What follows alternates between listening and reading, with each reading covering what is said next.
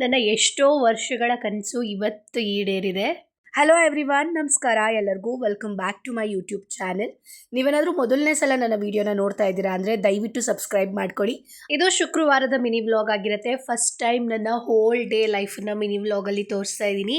ನಾನು ಬೆಳಗ್ಗೆ ಬೇಗನೆ ಎದ್ದಿದ್ದೆ ಇವತ್ತು, ಯಾಕಂದರೆ ಇವತ್ತು ಲಕ್ಷ್ಮಿ ಅಮ್ಮಂಗೆ ಸೀರೆ ತರಕ್ಕೆ ಹೋಗಬೇಕಿತ್ತು. ಹಾಗೆ ಇನ್ನೂ ಸ್ವಲ್ಪ ಕೆಲಸಗಳೆಲ್ಲ ಬಾಕಿ ಇತ್ತು ಅಂತ ಹೇಳಿ ಬೆಳಗ್ಗೆ ಎದ್ದಿದ ತಕ್ಷಣವೇ ಮನೆಯೆಲ್ಲ ಕ್ಲೀನ್ ಮಾಡಿಕೊಂಡು ಫ್ರೆಶ್ ಅಪ್ ಆಗೋಕ್ಕೆ ಅಂತ ಹೋದೆ. ಫ್ರೆಶ್ ಅಪ್ ಎಲ್ಲ ಆಗಿ ಬಂದು ದೇವ್ರ ಮನೆನ ಕ್ಲೀನ್ ಮಾಡೋಕ್ಕೆ ಸ್ಟಾರ್ಟ್ ಮಾಡ್ಕೊಂಡು ದೇವ್ರ ಮನೆ ಪಾತ್ರೆಗಳೆಲ್ಲ ಕ್ಲೀನ್ ಮಾಡ್ಕೋಬೇಕಿತ್ತು. ಅಷ್ಟೇ ಅಲ್ಲದೆ ತಿಂಡಿ ಅಡುಗೆ ಎಲ್ಲ ಮುಗಿಸ್ಕೊಬೇಕಿತ್ತು. ಹಾಗಾಗಿ ಬೇಗ ರೆಡಿ ಆಗುವಂಥ ಉಪ್ಪಿಟ್ಟನ್ನು ರೆಡಿ ಮಾಡ್ತಾ ಇದ್ದೀನಿ. ನಾನು ಯೂಶ್ವಲಾಗಿ ಮನೆಯಲ್ಲಿ ಉಪ್ಪಿಟ್ಟು ಮಾಡೋದು ಕಮ್ಮಿನೇ, ಯಾಕಂದರೆ ನಮ್ಮ ಮನೆಯಲ್ಲಿ ಯಾರೂ ಇಷ್ಟಪಡ್ತೀನಲ್ಲ, ಹಾಗಾಗಿ ನಾನು ಉಪ್ಪಿಟ್ಟು ಮಾಡೋದೇ ಇಲ್ಲ. ಸುಮಾರು ತಿಂಗಳಾದಮೇಲೆ ಇವತ್ತು ತುಂಬ ಅರ್ಜೆಂಟಲ್ಲಿ ಇದ್ದಿದ್ದರಿಂದ ಉಪ್ಪಿಟ್ಟನ್ನು ರೆಡಿ ಮಾಡ್ತಾ ಇದ್ದೀನಿ.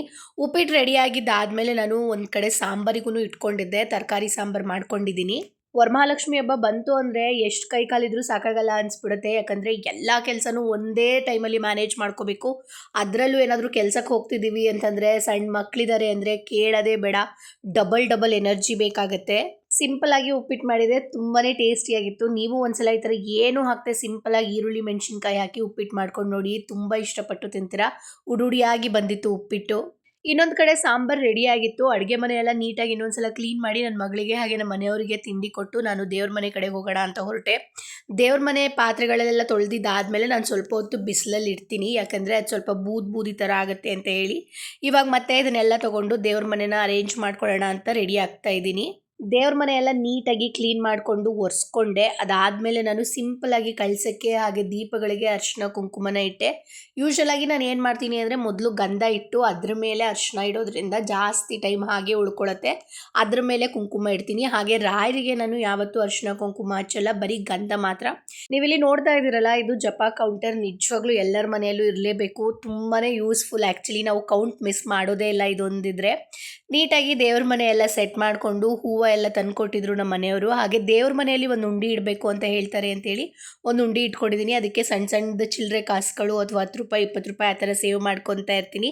ಒಂದು ವರ್ಷಕ್ಕೆ ಕಂಪ್ಲೀಟಾಗಿ ಏನು ಕೂಡಿರುತ್ತೋ ಆ ದುಡ್ಡಲ್ಲಿ ನಾನು ಏನಾದರೂ ಒಂದು ಪ್ರಾಡಕ್ಟ್ನ ಪ್ರತಿ ವರ್ಷವೂ ಬೈ ಮಾಡ್ತೀನಿ. ಈ ವರ್ಷ ಏನು ಬೈ ಮಾಡ್ತೀನಿ ಅಂತ ನಾನು ಯೂಶುವಲ್ ಆಗಿ ದೇವ್ರ ಮನೆಯಲ್ಲಿ ಪ್ಲೇಟಲ್ಲಿ ಯಾವಾಗ್ಲೂ ಒಂದು ಅರ್ಧ ಡಜನ್ ಆದರೂ ಬಳೆ, ಅರಿಶಿನ, ಕುಂಕುಮ ಹಾಗೆ ಗಂಧ ಇದಿಷ್ಟನ್ನು ಇಟ್ಕೊಂಡಿರ್ತೀನಿ. ಯಾಕಂದರೆ ಲಕ್ಷ್ಮಿ ಅಮ್ಮ ಇರೋದ್ರಿಂದ ನಮ್ಮ ಮನೆಯಲ್ಲಿ ನಾನು ಯಾವಾಗಲೂ ಅರಿಶಿನ ಕುಂಕುಮದ ಜೊತೆ ಬಳೆನ ಮಿಸ್ ಮಾಡದೆ ಇಟ್ಟಿರ್ತೀನಿ. ಇನ್ನು ನಾನು ಇವಾಗ ತೋರಿಸಿದಂಥ ಸ್ಟ್ಯಾಂಡ್ನ ಮೀಶೋಲ್ಲೇ ಬೈ ಮಾಡ್ಕೊಂಡಿದ್ದು. ಕ್ವಾಲಿಟಿ ತುಂಬಾ ಚೆನ್ನಾಗಿದೆ. ಈಗ ಆಲ್ರೆಡಿ ವರ್ಷದ ಮೇಲಾಯಿತು ನಾನು ಅದನ್ನು ಬೈ ಮಾಡಿಕೊಂಡು.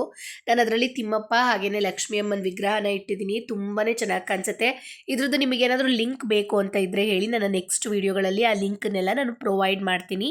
ಸಿಂಪಲ್ ಆಗಿ ದೇವ್ರ ಮನೆ ಎಲ್ಲ ರೆಡಿ ಮಾಡಿಕೊಂಡೆ. ಇನ್ನು ತಲೆಯೆಲ್ಲ ನೀಟಾಗಿ ಡ್ರೈ ಮಾಡ್ಕೊಂಡು ಬರೋಣ ಅಂತ ಹೇಳಿ ಹೋದೆ. ಯಾಕಂದರೆ ದೇವರಿಗೆ ದೀಪ ಹಚ್ಚುವಾಗ ತಲೆಗೆ ಬಟ್ಟೆ ಸುತ್ತಕೊಂಡಿರಬಾರ್ದು ಅಂತ ಹೇಳ್ತಾರೆ. ಹಾಗೆ ನಾವು ಎಷ್ಟು ನೀಟಾಗಿ ಅಲಂಕಾರ ಮಾಡಿಕೊಂಡು ದೇವರಿಗೆ ದೀಪ ಹಚ್ತೀವೋ ದೇವರಿಗೆ ಅಷ್ಟೇ ಖುಷಿ ಆಗುತ್ತಂತೆ. ಅಲಂಕಾರ ಅಂತಂದರೆ ಜಾಸ್ತಿ ಮೇಕಪ್ ಮಾಡಿಕೊಂಡು ರೇಷ್ಮೆ ಸೀರೆನೇ ಉಟ್ಕೊಂಡು ಬನ್ನಿ ಅಂತ ಅಲ್ಲ, ನೀಟಾಗಿ ತಲೆ ಬಾಚಿಕೊಂಡು ಅರಿಶಿನ ಕುಂಕುಮ ಇಟ್ಕೊಂಡು ಕೈಗೆ ಬಳೆ ಹಾಕ್ಕೊಂಡು ದೇವರಿಗೆ ದೀಪ ಹಚ್ಚಬೇಕು ಅಂತ ಅಷ್ಟೇ. ಈಗ ಆಲ್ರೆಡಿ ತುಂಬ ಲೇಟ್ ಆಗಿಬಿಟ್ಟಿತ್ತು. ಬೇಗ ಪೂಜೆ ಎಲ್ಲ ಮುಗಿಸಿ ತಿಂಡಿ ತಿಂದು ಆಫೀಸ್ ಕೆಲಸ ಇತ್ತು, ಅದನ್ನು ಮುಗಿಸ್ಕೊಳ್ಳೋಣ ಅಂತ ಹೇಳಿ ಕೂತ್ಕೊಂಡೆ. ಇವತ್ತು ಶುಕ್ರವಾರ ಆಗಿರೋದ್ರಿಂದ ನಾನು ಲಕ್ಷ್ಮಿ ಅಮ್ಮಂಗೆ ಸೀರೆ ತೊಗೊಬರೋಣ ಅಂತ ಹೇಳಿ ಹೊರಟಿದ್ದೀನಿ. ಅದಕ್ಕೋಸ್ಕರನೇ ಬೇಗ ಎದ್ದು ಮನೆಯೆಲ್ಲ ಕ್ಲೀನ್ ಮಾಡಿಕೊಂಡು ಈ ಥರ ಪೂಜೆ ಎಲ್ಲ ಮಾಡಿ ತುಂಬಾ ಗಡಿಬಿಡಿಯಲ್ಲಿದ್ದೀನಿ. ಅಷ್ಟೇ ಅಲ್ಲದೆ ತುಂಬಾ ಎಕ್ಸೈಟೆಡ್ ಆಗಿ ಕೂಡ ಇದ್ದೀನಿ. ಯಾಕಂದರೆ ಲಕ್ಷ್ಮಿ ಅಮ್ಮಂಗೆ ಯಾವ ಥರ ಸೀರೆ ತರ್ತೀನಿ, ಯಾವ ಕಲರ್ ತರಲಿ ಅನ್ನೋದು ತುಂಬ ಕನ್ಫ್ಯೂಷನ್ ಇದೆ. ಇನ್ನು ತಿಂಡಿ ಎಲ್ಲ ಮುಗಿಸ್ಕೊಂಡೆ. ಇನ್ನೊಂದು ಸ್ವಲ್ಪ ಪಾತ್ರೆ ಇತ್ತು ತಿಂಡಿ ತಿಂದಿದ್ದೆಲ್ಲ, ಅದನ್ನು ಎಲ್ಲ ವಾಶ್ ಮಾಡಿಬಿಟ್ಟು ಕೆಲಸಕ್ಕೆ ಅಂತ ಕೂತ್ಕೊಂಡೆ. ಕೆಲಸ ಎಲ್ಲ ಮುಗಿಸ್ಕೊಂಡು ಬೇಗ ನಾನು ರೆಡಿಯಾದೆ. ನಾನು ರೆಡಿಯಾಗಿ ನನ್ನ ಮಗಳೂ ಕೂಡ ರೆಡಿ ಮಾಡಿಕೊಂಡು ಆಟೋ ಬುಕ್ ಮಾಡ್ಕೊಂಡು ಹೊರಡೋ ಅಷ್ಟರಲ್ಲಿ ತುಂಬ ಲೇಟಾಗಿ ಹೋಗ್ಬಿಟ್ಟಿತ್ತು. ನಾನೇನು ಅಂದ್ಕೊಂಡಿದ್ದೆ ಅಂದರೆ, ಇವತ್ತು ವೀಕ್ ಡೇಸು ಅಷ್ಟೊಂದು ಜನ ಇರಲ್ಲ, ಆರಾಮಾಗಿ ಹೋಗಿ ಸೀರೆ ತೊಗೊಂಬಂದ್ಬಿಡೋಣ ಅಂತ. ಬಟ್ ಅಲ್ಲಿ ನನಗೆ ನಿಜವಾದ ಸರ್ಪ್ರೈಸ್ ಕಾದಿತ್ತು. ನನ್ನ ಮಗಳು 1 ಮಂತ್ ಸ್ಕೂಲಿಗೆ ಹೋಗಿ ಬಂದು ಅದರಿಂದ ಅವಳು ಕಲ್ತಿದ್ದು ಏನಪ್ಪ ಅಂತಂದರೆ, ಶೂಸು ಸ್ಲಿಪ್ಪರ್ಸ್ ಎಲ್ಲ ಅವಳೇ ವೇರ್ ಮಾಡ್ತಾಳೆ. ಹಾಗೆಯೇ ಡಿಸಿಪ್ಲಿನ್ನ ಕಲ್ತಿದ್ದಾಳೆ. ಎಲ್ಲ ಪರ್ಟಿಕ್ಯುಲರ್ ಪ್ರಾಡಕ್ಟ್ಗಳನ್ನ ಎಲ್ಲಿಡಬೇಕು ಅದನ್ನ ಅಲ್ಲೇ ಡಿಸಿಪ್ಲಿನ್ಡಾಗಿ ಇಡ್ತಾಳೆ. ಅಮ್ಮಂಗೆ ಸೀರೆ ತರಕ್ಕೆ ಪಯಣ ಸ್ಟಾರ್ಟ್ ಮಾಡಿದೆ. ನಂಗೆ ನಿಜವಾಗ್ಲೂ ಹೇಳ್ಕೊಳಕ್ಕಾಗ್ತಿರ್ಲಿಲ್ಲ, ಅಷ್ಟು ಖುಷಿ ಆಗ್ತಿತ್ತು. ಹಾಗೆಯೇ ಕನ್ಫ್ಯೂಷನ್ ಕೂಡ ಇತ್ತು, ಯಾವ ಕಲರಲ್ಲಿ ಕಾಂಬಿನೇಷನಲ್ಲಿ ತೊಗೊಂಬರಲಿ. ಯಾಕಂದರೆ ಈಗ ಆಲ್ಮೋಸ್ಟ್ ನನ್ನ ಮೈಂಡಲ್ಲಿರೋ ಕಲರ್ ಕಾಂಬಿನೇಷನ್ನೇ ಎಕ್ಸಾಕ್ಟಲ್ಲಿ ಸಿಗಲ್ಲ. ನಾನು ಆಲ್ಟರ್ನೇಟ್ನೂ ಕೂಡ ಹುಡ್ಕೋಬೇಕಿತ್ತು. And finally we reach. ನಾನು ಯಾವಾಗಲೇ ಆಗಲಿ ಸೀರೆ ತೊಗೊಳ್ಳೋದು ಸುಮಂಗ್ಲಿಯಲ್ಲಿ ಮಾತ್ರನೇ. ತುಂಬಾ ಒಳ್ಳೆ ಕಲೆಕ್ಷನ್ಸ್ ಇರುತ್ತೆ, ಕ್ವಾಲಿಟಿನೂ ತುಂಬ ಚೆನ್ನಾಗಿರುತ್ತೆ, ಅಷ್ಟೇ ರೀಸನೇಬಲ್ ಪ್ರೈಸ್ ಕೂಡ ಇರುತ್ತೆ. ಫಸ್ಟ್ ಈ ಹಳೆ ಸುಮಂಗಲಿ ಹತ್ರ ಬಂದೆ, ಬಟ್ ಅಲ್ಲಿ ಇದ್ದಿದ್ದು ರಶ್ ನೋಡಿಬಿಟ್ಟು ನೋ ಇದೆಲ್ಲ ನಾನು ಹೋಗೋ ಪ್ಲೇಸು ಅಂತ ಹೇಳಿಬಿಟ್ಟು ಮತ್ತೆ ಅವರನ್ನು ಇನ್ನೊಂದು ಹೊಸ ಸುಮಂಗ್ಲಿ ಡೆಸ್ಟಿನೇಷನಿಗೆ ಕರ್ಕೊಂಡೋದೆ. ನನಗೆ ಈ ಸರ್ಕಲ್ ನೋಡಿದ್ರೇ ಏನೋ ಒಂಥರ ಪ್ರೌಡ್ ಫೀಲ್ ಆಗುತ್ತೆ, ನಮ್ಮ ಮೈಸೂರು ಎಷ್ಟು ಕ್ಲೀನಾಗಿ ಇಟ್ಕೊಂಡಿದ್ದೀವಿ ಅಂತ. ಆ್ಯಕ್ಚುಯಲ್ ಸರ್ಪ್ರೈಸ್ ಇಲ್ಲಿ ಸ್ಟಾರ್ಟ್ ಆಗಿದ್ದು ನನಗೆ. ನಿಜವಾಗ್ಲೂ ಎಷ್ಟು ಜನ ಇದ್ದರು ಅಂತ ಅಂದರೆ ನನಗೆ ಶಾಕ್ ಆಗೋಯ್ತು, ಯಪ್ಪ ಎಲ್ಲಿದ್ರು ಇಷ್ಟೊಂದು ಜನ ಅಂತ. ಅದು ಅಲ್ಲದೆ ನನ್ನ ಮಗಳನ್ನ ಬೇರೆ ಕರ್ಕೊಂಡೋಗಿದ್ದೀನಿ. ನನ್ನ ಮಗಳು ಕೈಗೆ ಸಿಗ್ತಾ ಇಲ್ಲ ಆ ರಶಲ್ಲಿ. ನಾನು ಅವಳನ್ನೇ ನೋಡ್ಲೋ ಸೀರೆನೇ ನೋಡ್ಲೋ, ನನಗಂತೂ ಯಾವ ಸೀರೆ ತೊಗೊಳ್ಳಿ, ಯಾಕಂದರೆ ಅಷ್ಟೊಂದು ಜನ ಇದ್ದಾರೆ. ನನಗಿನ್ನೂ ಕನ್ಫ್ಯೂಷನ್ ಆಗೋಯ್ತು. ಬಟ್ ನಾನು ಅಂದ್ಕೊಂಡಿದ್ದ ಬಜೆಟೇ ಬೇರೆ, ಇಲ್ಲಿ ನನಗೆ ಆಗಿದ್ದ ಬಜೆಟೇ ಬೇರೆ. ನಾನು ಯೂಶ್ವಲಾಗಿ ಒಂದು ಬಜೆಟ್ ಇಟ್ಕೊಂಡು ಹೋಗಿರ್ತೀನಿ, ಬಟ್ ಆ ಬಜೆಟಲ್ಲಿ ಆಗೋದೇ ಇಲ್ಲ. ಇಷ್ಟೆಲ್ಲ ಸೀರೆಯಲ್ಲಿ ನಾನು ಯಾವ ಸೀರೆ ಸೆಲೆಕ್ಟ್ ಮಾಡಿದೆ ಅನ್ನೋದನ್ನು ವಿಡಿಯೋದಲ್ಲಿ ತೋರಿಸಿದ್ದೀನಿ. ಕಂಪ್ಲೀಟಾಗಿ ವಿಡಿಯೋನ ನೋಡಿ. ಅದಾದಮೇಲೆ ನನ್ನ ಎಷ್ಟೋ ದಿನದ ಆಸೆ ಈ ವರ್ಷ ನೆರವೇರಿದೆ ಅಂತ ಹೇಳಿದೆ. ನನ್ನ ನೆಕ್ಸ್ಟ್ ಡೆಸ್ಟಿನೇಷನ್ ಅದೇನೆ.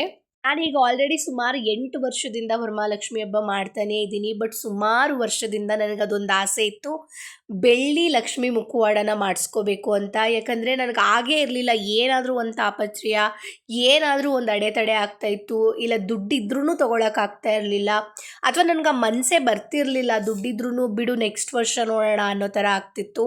ಆನ್ ದ ವೇ ಹೋಗ್ತಾನೆ ಲಕ್ಷ್ಮೀ ವೆಂಕಟೇಶ್ವರ ಸ್ವಾಮಿ ಸಿಕ್ಕಿದ್ರು. ಅವರಿಗೂ ಕೈ ಮುಗಿದು ಇವತ್ತು ನಾನು ಅಂದ್ಕೊಂಡಿರೋ ಕೆಲಸ ಕೈಗೂಡ್ಲಿ ಅಂತ ಹೇಳಿ ನಾನು ನೆಕ್ಸ್ಟು ಹೋಗಿದ್ದೆ ಜ್ಯುವೆಲರಿ ಶಾಪ್ಗೆ. ನಾನು ಯೂಶ್ವಲಾಗಿ ಮೈಸೂರಲ್ಲಿ ಜ್ಯುವೆಲ್ ತೊಗೊಳ್ಳೋದೆ ಕೃಷ್ಣ ಜ್ಯುವೆಲ್ಸಲ್ಲಿ ಮಾತ್ರ. ನಾನು ಶಾಪಿಂಗ್ ಎಲ್ಲ ಮುಗಿಸ್ಕೊಂಡು ಮನೆಗೆ ಬಂದೆ. ಆ್ಯಂಡ್ ಇದೇ ಸೀರೆ ನಾನು ಈ ಸಲ ಅಮ್ಮಂಗೆ ತೊಗೊಂಬಂದಿರೋದು. ಸೀರೆ ಹೇಗಿದೆ ಅಂತ ದಯವಿಟ್ಟು ಕಮೆಂಟ್ ಮಾಡಿ. ಹಾಗೆ ಇನ್ನೊಂದಿಷ್ಟು ಸೀರೆಗಳನ್ನು ಗಿಫ್ಟ್ ಮಾಡೋಕ್ಕೆ ತೊಗೋಬೇಕಿತ್ತು, ಅದೆಲ್ಲ ಸೀರೆಗಳನ್ನು ತೊಗೊಂಬಂದಿದ್ದೀನಿ. ಅದನ್ನು ನನ್ನ ನೆಕ್ಸ್ಟ್ ವೀಡಿಯೋಗಳಲ್ಲಿ ತೋರಿಸ್ತೀನಿ. ಲಕ್ಷ್ಮಿ ಅಮ್ಮನ ಮುಖವಾಡ ತೋರಿಸ್ತಾ ಇದ್ದೀನಿ. ಕಂಪ್ಲೀಟ್ ಎಲ್ಲ ಅವರೇ ರೆಡಿ ಮಾಡಿಕೊಟ್ರು. ನನಗೆ ಯಾವ ಥರ ಬೇಕಿತ್ತೋ ಹಸನ್ಮುಖಿಯಾಗಿರೋ ಲಕ್ಷ್ಮಿ ಅಮ್ಮ ಅದೇ ಥರನೇ ಸಿಕ್ಕಿದ್ರು. ನಾನು ವರಮಹಾಲಕ್ಷ್ಮಿ ವ್ರತನ ಇಲ್ಲಿ ನಾನು ಮೈಸೂರಲ್ಲಿ ಮಾಡೋದಿಲ್ಲ, ನಮ್ಮ ಮನೆಯಲ್ಲಿ ಮಾಡ್ತೀನಿ, ಅಂದರೆ ನನ್ನ ಹಸ್ಬೆಂಡ್ ಮನೆಯಲ್ಲಿ. ಯಾಕಂದರೆ ಸ್ವಂತ ಮನೆ ಇದ್ದು ಇಲ್ಲಿ ಯಾಕೆ ಮಾಡಬೇಕು ಅನ್ನೋದು ಒಂದು, ಮತ್ತು ಇಲ್ಲಿ ಯಾರೂ ನನಗೆ ಅಷ್ಟು ಜನ ಪರಿಚಯ ಇಲ್ಲ ಅರಿಶಿನ ಕುಂಕುಮಕ್ಕೆಲ್ಲ. ಬಟ್ ಊರಲ್ಲಾದರೆ ತುಂಬ ಚೆನ್ನಾಗಿ ಗೊತ್ತಿದ್ದಾರೆ. ಈಗ ವ್ರತ ಮಾಡಿ ಒಂದು 9 ಜನ ಮುತ್ತೈದೆಯರಿಗಾದರೂ ಅರಿಶಿನ ಕುಂಕುಮ ಕೊಟ್ಟಿಲ್ಲ ಅಂದರೆ ಮನಸ್ಸು ಸಮಾಧಾನನೇ ಆಗಲ್ಲ. ಅಲ್ಲೂ ಕೂಡ ಮನೆಯೆಲ್ಲ ಕ್ಲೀನ್ ಮಾಡ್ಕೊಬೇಕಿತ್ತು. ನಮ್ಮ ಅತ್ತೆ ಕೈಲಿ ಒಬ್ಬರ ಕೈಲೇ ಆಗಲ್ಲ, ಸ್ವಲ್ಪ ಹೆಲ್ಪ್ ಮಾಡೋಣ ಅಂತ ಹೇಳಿ ನಾವು ಶುಕ್ರವಾರ ಈವ್ನಿಂಗೇ ಊರಿಗೆ ಹೊರಟ್ವಿ. ಇನ್ ದ ಮೀನ್ ವೈಲ್ ನನ್ನ ಮಗಳನ್ನ ನಮ್ಮ ಅಮ್ಮನ ಮನೆಯಲ್ಲಿ ಬಿಟ್ಬಿಟ್ಟು ಹೋಗೋಣ ಅಂತ ಹೇಳಿ ನಮ್ಮ ಅಮ್ಮನ ಮನೆಗೆ ಹೋಗ್ತಾ ಇದ್ದೀನಿ. ಯಾಕಂದರೆ ಅವಳಿಗೆ ಈಗ ಆಲ್ರೆಡಿ ಸುಮಾರು ಸಲ ಇನ್ಫೆಕ್ಷನ್ ಆಗಿರೋದ್ರಿಂದ ಮತ್ತೆ ಈಗ ಡಸ್ಟ್ ಎಲ್ಲ ಮತ್ತೆ ಅಲರ್ಜಿ ಆಗುತ್ತೆ ಅಂತ ಹೇಳ್ಬಿಟ್ಟು ಕ್ಲೀನಿಂಗ್ ಮಾಡುವಾಗ ಅಲ್ಲಿ ಬೇಡ ಅವಳು ಅಂತ ಇಲ್ಲಿ ನಮ್ಮ ಮಮ್ಮಿ ಹತ್ರ ಬಿಟ್ಟು ಹೋಗ್ತಾ ಇದ್ದೀನಿ. ಇದು ನಾನು ಹುಟ್ಟಿ ಬೆಳೆದಂಥ ಊರು. ನಮ್ಮ ಊರ ಹೆಸರು ಬ್ರಹ್ಮದೇವರಹಳ್ಳಿ ಅಂತ. ಸುಮಾರು ನನ್ನ 16 ವರ್ಷ ಜೀವನನ ನಾನು ಇಲ್ಲಿ ಕಳೆದಿದ್ದೀನಿ. ಅದಾದಮೇಲೆ ನಾವು ನಾಗಮಂಗ್ಲಾಗೆ ಶಿಫ್ಟ್ ಆದ್ವಿ. ನನ್ನ ಮಗಳನ್ನ ನಮ್ಮ ಮಮ್ಮಿ ಮನೆಗೆ ಬಿಡೋಕ್ಕೆ ಹೋಗಿ ನಾನು ಶುಕ್ರವಾರ ಅಲ್ಲೇ ಸ್ಟೇ ಆಗಿದ್ದೆ. ಶನಿವಾರ ಬೆಳಗ್ಗೆ ಎದ್ದು ಊರಿಗೆ ಹೋಗೋಣ ಅಂತ ಹೇಳಿ ಪ್ಲ್ಯಾನ್ ಮಾಡ್ಕೊಂಡಿದ್ವಿ. ಆ್ಯಂಡ್ ಇದಾಗಿತ್ತು ನನ್ನ ಹೋಲ್ ಡೇ ಮಿನಿ ವ್ಲಾಗ್. ನಿಮ್ಮೆಲ್ಲರಿಗೂ ನನ್ನ ವಿಡಿಯೋ ಹೇಗೆ ಅನಿಸ್ತು ಅಂತ ದಯವಿಟ್ಟು ಕಮೆಂಟಲ್ಲಿ ತಿಳಿಸಿ. ಸಿಗ್ತೀನಿ ಮತ್ತೆ. Bye. Thank you for watching.